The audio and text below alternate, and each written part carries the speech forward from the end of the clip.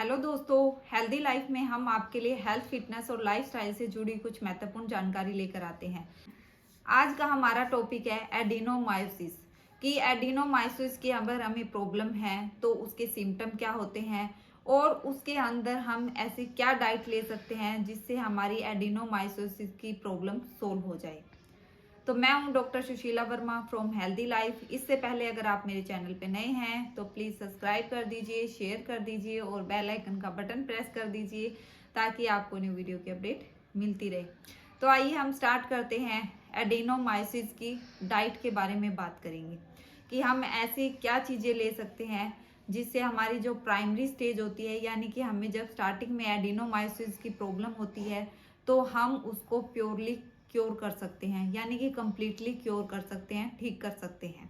Adenomyosis एक ऐसी condition है जिसमें यूट्रस की जो इनर मोस्ट लेयर होती है, जो अंदर की जो लेयर होती है, उसको हम एंडोमेट्रियम बोलते हैं। वो यूट्रस की जो सेकंड लेयर होती है जिसको मायोमेट्रियम बोलते हैं, तो उसके अंदर से जाने लग जाती है। ऐसा होने की वजह से जो यूट्रस का हमारा साइज है वो बड़ा होने लग जाता है और मेडिकल लैंग्वेज में हम इसको बल्कि यूट्रस भी बोल देते हैं। ठीक है, तो हमें पता कैसे चलता है कि हमारे यूट्रस का साइज बढ़ रहा है, हमें एडिनोमायोसिस की प्रॉब्लम हो गई है? कि जब भी हम कोई सोनोग्राफी कराते हैं, क्योंकि ये जब हमें स्टमक रिलेटेड कोई भी प्रॉब्लम होती है, पेन बहुत ज़्यादा होता है, तो ही हम अल्ट्रासाउंड वगैरह सोनोग्राफी हम करवाते हैं। तो जब हम सोनोग्राफी करवाते हैं तब हमें पता चलता है कि उसके अंदर लिखा हुआ आता है कि बल्कि यूट्रस के बारे में, तो हमें पता चलता है कि हमारे यूट्रस का साइज बढ़ रहा है, तो हमें एडिनोमायोसिस की प्रॉब्लम है। फिर इसके कॉमन सिम्टम भी होते हैं जिससे हम पता लगा सकते हैं कि हमें एडिनोमायोसिस की प्रॉब्लम है या नहीं है। तो इसका सबसे पहला सिम्टम क्या है कि हैवी ब्लीडिंग, मतलब कि बहुत ज़्यादा ब्लीडिंग होना पीरियड्स के दौरान, या हमारे जो पीरियड्स है वो इरेगुलर हो जाते हैं। कभी हो गया कि आपको टाइम पे आ गई। टाइम का मतलब है जो हमारी 28 डेज की साइकिल होती है, 28 डेज से लेके 35 डेज की, तो उसके अंदर क्या होता है कि 28 टू 35 के बीच में आ जाता है तो उसे हम रेगुलर साइकिल मानते हैं। अगर उससे पहले आ जाते हैं, हमें किसी को 20 दिन में आगे, किसी को 22 दिन में आगे, या किसी को 1.5 महीने के बाद आ रहे हैं, तो हम उसे इरेगुलर पीरियड साइकिल बोलते हैं। तो कई बार उनके साथ ऐसा होता है और कई बार उनको ब्लीडिंग बहुत ही ज़्यादा होती है कि उनका फ्लो बहुत ही ज़्यादा होता है, वो रुकता ही नहीं है। तो इसका मतलब है हमें एडिनोमायोसिस की प्रॉब्लम है। और जो ब्लीडिंग आती भी है, कई बार अगर हमारा फ्लो लाइट होता है तो वो रेगुलर चलती ही रहती है, जैसे 10 दिन, 15 दिन, कई बार 20-20 दिन तक हमें पीरियड्स की प्रॉब्लम होती रहती है, थोड़ी थोड़ी थोड़ी थोड़ी। तो इसका मतलब है हमें एडिनोमायोसिस की प्रॉब्लम है, हमारे जो यूट्रस का साइज है वो कंटिन्यू बढ़ रहा है, उस वजह से हमें प्रॉब्लम हो रही है। पर आपको जानकर ये बहुत ही ज़्यादा खुशी होगी कि हम एडिनोमायोसिस की प्रॉब्लम को सोल्व कर सकते हैं, ठीक कर सकते हैं। जब हमारी प्राइमरी स्टेज होती है, यानी कि हमें पता चलता है कि हमें एडिनोमायोसिस की प्रॉब्लम है, क्योंकि जब वोमेन्स को पीरियड्स के अंदर प्रॉब्लम आती है या पेन बहुत ज़्यादा होता है या इरेगुलर साइकिल हो जाती है या बहुत ज़्यादा फ्लो आता है, तो हमें डॉक्टर के पास जाना ही जाना पड़ता है। हम गायनाकोलॉजिस्ट को दिखाते ही दिखाते हैं, चाहिए हम एक साइकिल में ना दिखाएं, दूसरी साइकिल में हम जरूर पहुंच जाते हैं। तो हमें ये पता चल जाता है कि हमें डॉक्टर अपने आप ही बता देते हैं कि आपके यूट्रस का साइज है वो बढ़ रहा है, एडिनोमायोसिस की आपको प्रॉब्लम हो गई है। तो आपको स्टार्टिंग में ही पता चल गया है तो आप इसको ईजिली से कंप्लीटली पूरी तरह से ठीक कर सकते हैं। ऐसी ऐसी कोई बीमारी नहीं है कि इसको हम प्योर तरह से ठीक ना कर सकें। ठीक है, कुछ हमें क्या होता है कि घरेलू चीज़ों पे ध्यान देना होता है, कुछ हमें गायनाकोलॉजिस्ट टेबलेट सजेस्ट करती है, तो वो उसका हम सेवन करके, मतलब उसको लेकर हम रेगुलर, और हम घरेलू चीज़ों पर जो अपने खाने पीने की चीज़ें हैं, अपनी डाइट में क्या लेना चाहिए क्या नहीं लेना चाहिए, उन चीज़ों का ध्यान रख के इसको कम्प्लीटली ठीक कर सकते हैं। ठीक है, पहले तो आपको टेंशन लेने की जरूरत नहीं है कि हमें एडिनोमायोसिस की प्रॉब्लम हो गई, ये पता नहीं क्या है, ठीक होगी या नहीं होगी। पर ये मैं कह रही हूँ, अगर स्टार्टिंग में आपने ध्यान दे लिया तो बिल्कुल ठीक हो जाएगी। ठीक है, फिर बात आती है कि हमें क्या क्या चीज़ें नहीं खानी, हमें अवॉइड क्या क्या चीज़ें करनी है। सबसे पहले जिनमें अलग अलग खाने की, मतलब अलग अलग डिफरेंट प्रॉपर्टीज होती है, वो हमें खाने की चीज़ें अवॉइड करनी है, वो चीज़ें नहीं खानी। अभी आप ये सोच रहे हो कि डिफरेंट डिफरेंट प्रॉपर्टी का क्या मतलब है। उसका मतलब है, जैसे मैं एग्जाम्पल के थ्रू बताती हूँ, कई बार क्या होता है कि हम दूध के साथ नमक खा लेते हैं। ठीक है, अब आप सोच रहे हो कि दूध के साथ नमक कौन खाता है, इतना बेवकूफ़ कौन है कि दूध के साथ नमक खाएगा। उसमें भी मैं बताती हूँ, जैसे हमारे घर में खिचड़ी बनती है, चावल की खिचड़ी बन रही है, बाजरे की खिचड़ी बन रही है, तो उसमें हम जब पकाते हैं तो उसमें नमक डालते हैं। पर बहुत सारे लोगों की आदत होती है जब रात को वो खाते हैं तो दूध के साथ खाते हैं, तो उसमें नमक तो डल गया ना, फिर हम दूध के साथ खा रहे हैं। तो आपको ऐसा कभी नहीं करना जिनको एडिनोमाइसिस की प्रॉब्लम है, क्योंकि वो उसको और बढ़ावा देती है कि जब हम अलग अलग डिफरेंट प्रॉपर्टीज का खाना खा लेते हैं तो जो एडिनोमाइसिस की प्रॉब्लम है वो हमारी बढ़ जाती है। ठीक है, तो आपको ऐसा नहीं करना। कोई भी दूध से बनी हुई कोई भी चीज़ हो, अगर आप खा रहे हो उसके साथ कोई सोल्टी चीज़ खा रहे हो, नमक वाली चीज़ें खा रहे हो, तो वो आपको अवॉइड करनी है। अभी अगर खा रहे हो तो बंद कर देनी है। आपको खिचड़ी के साथ दही के साथ खा लीजिए, पर आपको दूध के साथ बिल्कुल नहीं खाना। ठीक है। और जो नॉन वेजिटेरियन होते हैं, नॉन वेजिटेरियन को भी दूध नहीं लेना, क्योंकि जो नॉन वेज के साथ कई बार क्या होता है वो लोग दूध पीते हैं, उनका रूटीन का खाना हो गया है कि वो नॉन वेज ही खाते हैं, तो क्या होता है कि उनको दूध नहीं लेना उसके साथ में। और नॉन वेजिटेरियन वालों को तो जो नॉन वेज खाते हैं उनको दही भी अवॉइड करना चाहिए, दूध दही भी उसके साथ कभी भी नहीं लेना चाहिए, और खासकर चिकन के साथ तो कभी भी नहीं लेना चाहिए। फिर बहुत सारे लोग क्या होते हैं फ्रूट्स मिल्क जैसे शेक का यूज़ करते हैं, जैसे फ्रूट विद मिल्क का यूज़ करते हैं, यानी कि शेक का बहुत ज़्यादा यूज़ करते हैं, तो उसमें हमें वो चीज़ें भी अवॉइड करनी है। शेक का मतलब होता है जैसे हम बनाना शेक पी रहे हैं, या चीकू का शेक है, स्ट्रॉबेरी शेक है, तो बहुत सारे शेक्स आते हैं जो दूध के साथ हम मिक्स करके पीते हैं, उसी को हम शेक बोलते हैं मोस्टली। ठीक है, तो वो शेक हम पीते हैं तो वो हमें एडिनोमाइसिस में अवॉइड करना चाहिए, नहीं पीना चाहिए।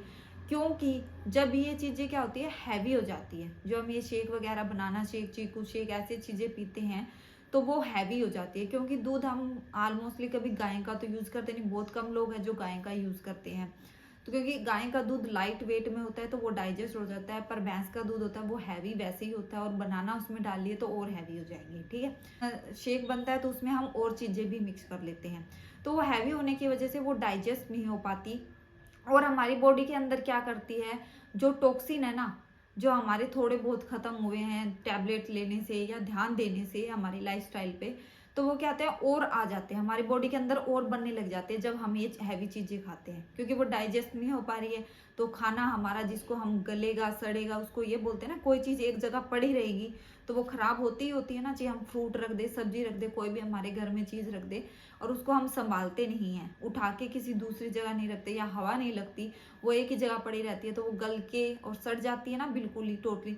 तो उसी तरह हमारे पेट के अंदर खाना भी ऐसे ही होता है कि जब वो डाइजेस्ट नहीं हो पाता, पचता नहीं है, तो वो एक ही जगह पड़ा रहता है और वो गल के और सड़ जाता है बिल्कुल। तो वो क्या होता है उसकी वजह से टॉक्सिन आ जाते हैं। ठीक है, क्योंकि हमारी बॉडी के अंदर जब यूट्रस का साइज बढ़ता है तो इसका मतलब होता है इन्फ्लामेशन होती है, कि यानी कि स्वेलिंग वगैरह, सूजन होती है। ठीक है, वो चीजें होती है।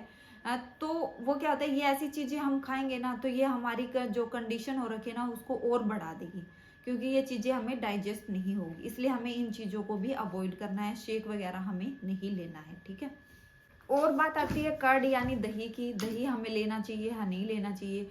दही का भी हमें बहुत ही कम यूज करना चाहिए, खासकर हमें रात को नहीं लेना चाहिए। हो सके तो जिनको एडिनोमाइसिस की प्रॉब्लम है एक बार वो दही बंद ही कर दे तो बहुत अच्छी बात है। अगर नहीं कर सकते तो वो दिन में थोड़ा बहुत ले सकते हैं, और ताज़ा दही लिए जो खट्टा ना हो, इतनी कोशिश करिए, आप इतना तो कर ही सकते हैं। ठीक है, और रात के टाइम अगर आप ले रहे हो तो प्लीज़ रात के टाइम तो बिल्कुल ही बंद कर दीजिए, आपको लेनी नहीं है। ठीक है, क्योंकि ये हमारे पित्त को क्या कर देते हैं, बढ़ावा देते हैं। पित्त, उसकी वजह से हमारी बॉडी के अंदर पित्त है वो बढ़ जाता है, और जो हमारे जो मैंने जैसे बताया कि हैवी ब्लीडिंग की प्रॉब्लम होती है, पीरियड से रिलेटेड प्रॉब्लम हो जाती है, तो वो क्या होती है, वो और एग्रेसिव हो जाती है, इन चीज़ों को और बढ़ावा दे देती है। इसलिए हमें दही को रात के टाइम तो बिल्कुल यूज नहीं करना, और लेना है जब भी आपको खट्टा दही नहीं लेना। ठीक है, बंद कर सके तो बहुत अच्छी बात है। और दूध से बनी हुई चीजें आपको कुछ भी यूज नहीं करनी। जैसे दूध तो मैंने बता दिया, दूध के साथ मैंने जैसे डिफरेंट प्रॉपर्टीज बताया, नमक का बताया, वो यूज नहीं करना आपको। और साथ में दूध से बनी हुई चीजें जैसे मिठाई हो, चीज हो, कुछ भी चीज हो दूध से बनी हुई, वो चीजें आपको एक बार अवॉइड करनी है। पनीर हो, कुछ भी हो, वो चीजें नहीं खानी है आपको, क्योंकि वो डाइजेस्ट नहीं होगी। फिर बात आती है कि हमें फ्रूट्स में क्या लेना चाहिए। फ्रूट्स में सबसे ज्यादा हमें किन चीजों का यूज करना चाहिए। जैसे और सारे बाकी फ्रूट्स तो बहुत तरह के आते हैं, हम यूज़ कर सकते हैं, पर कौन से यूज़ नहीं करने वो मैं बताऊंगी, क्योंकि वो 2-3 हैं जो हमें यूज़ नहीं करने। जैसे खट्टे फल होते हैं वो ज़्यादा यूज़ नहीं करने, ऑरेंज हो गया, ऑरेंज का हम ज़्यादा यूज़ नहीं कर सकते क्योंकि संतरा खट्टा होता है, विंटर है, विंटर में वैसे ही ठंडा होता है तो हमें नहीं खाना चाहिए, ठीक है। नींबू का यूज़ नहीं करना, नींबू बहुत खट्टा होता है। प्लम का यूज़ नहीं करना, वो भी खट्टा होता है। बहुत सारे लोग मैंगो का भी बहुत यूज़ करते हैं। वो कई बार क्या होता है कि कच्चे लोग बहुत खाते हैं, उनकी सब्जियां भी बहुत खाते हैं गर्मियों के अंदर जब होता है, जिसे इमली बोलते हैं, तो वो आपको यूज़ नहीं करना। हाँ, जब पका हुआ हो तो आप उसको थोड़ा बहुत यूज़ कर सकते हो, क्योंकि मैंगो चीज़ ही ऐसी होती है, उसे देखते ही मन करने लग जाता है खाने का। पर खट्टे का यूज़ नहीं करना, पका हुआ आप यूज़ कर सकते हो, ठीक है।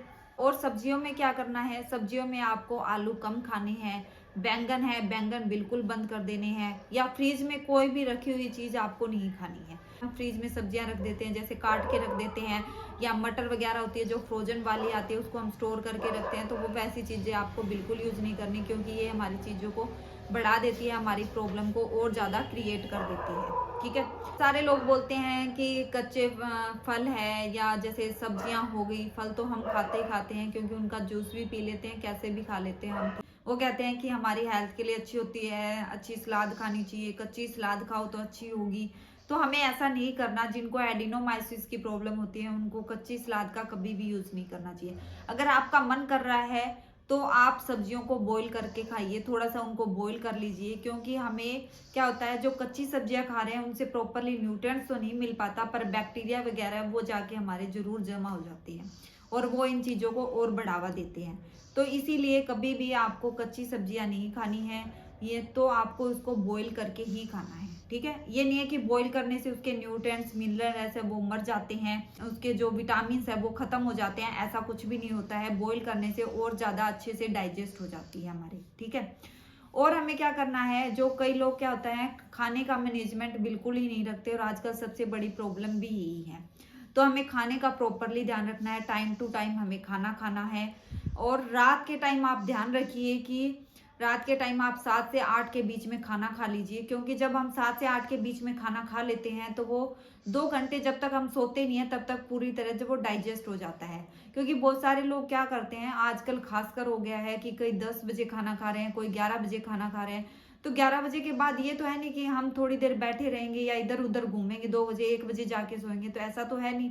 तो क्या होगा, हमें 11 बजे खाना खाया हुआ डाइजेस्ट नहीं होगा, और वो जब पेट में पड़ा रहेगा वो खाना डाइजेस्ट नहीं होगा, तो वो हमारी प्रॉब्लम को और क्रिएट करेगा। इसलिए जिनको एडिनोमाइसिस की प्रॉब्लम है तो उनको 7 से 8 के बीच में खाना खा लेना चाहिए, और नींद उनको प्रॉपर लेनी चाहिए, उनको टाइम से सो जाना चाहिए। ये नहीं है कि कभी 1 बजे सो रहे हैं, कभी 2 बजे सो रहे हैं, कभी मोबाइल का यूज कर रहे हैं, या अपनी लाइफ में बिजी है किसी भी रीजन की वजह से, तो वो नहीं टाइम पे सो रहे हैं। तो स्लीपिंग भी बहुत ज़्यादा ज़रूरत है, क्योंकि स्लीपिंग अगर हम टाइम पे नहीं ले रहे हैं या नींद अच्छे से नहीं ले रहे हैं तो भी हमें बहुत सारी प्रॉब्लम क्रिएट हो सकती है, ना कि एडिनोमाइसिस ही प्रॉब्लम क्रिएट होगी, ठीक है। और सबसे बड़ी बात जो एक आपको ध्यान रखनी है कि आपको पीरियड सेक्स नहीं करना है। पीरियड्स के अंदर आपको इन चीज़ों का ध्यान रखना है। जब हम उस दौरान सेक्स करते हैं, फिजिकल रिलेशन रखते हैं, तो हमें और ज़्यादा प्रॉब्लम क्रिएट हो जाती है और हैवी ब्लीडिंग होने के ज़्यादा चांसेस हो जाते हैं। तो उस टाइम कोशिश करिए कि पीरियड्स के दौरान आप रिलेशन ना रखें, थोड़ा सा सिक्योर रहे, ठीक रहे, ठीक है। तो आप इन चीज़ों का ध्यान दोगे, अगर जो मैंने बताया आपकी लाइफस्टाइल में थोड़ा बहुत चेंज हो जाएगा, तो आपका 50% प्रॉब्लम वहीं सोल्व हो जाती है। हर बीमारी का सबसे बेसिक रीजन यही है कि हम अपनी लाइफस्टाइल को चेंज ही नहीं करना चाहते, या हम करते ही नहीं हैं, उस वजह से हमें ये प्रॉब्लम क्रिएट होती है। अगर आपको एडिनोमाइसिस की प्रॉब्लम स्टार्ट हो गई है, आपको नहीं पता है आपको ये प्रॉब्लम हो रही है, तो एक बार सोनोग्राफी करा लीजिए, तो आपको पता चल जाएगा। अगर आपको ये प्रॉब्लम हुई है तो आप उसको कम्प्लीटली ठीक कर सकते हो, क्योंकि जब भी हमें कोई बीमारी होती है, स्टार्टिंग में अगर हुई होती है, तो हम उसको ईजिली से ठीक कर सकते हैं। फिर भी इससे रिलेटेड अगर आपके कोई क्वेश्चन है, आप मुझे कमेंट बॉक्स में मैसेज कर सकते हो, मैं आपका रिप्लाई जरूर करूंगी। मिलते हैं जल्दी ही नेक्स्ट वीडियो में, तब तक के लिए अपना ध्यान रखिए।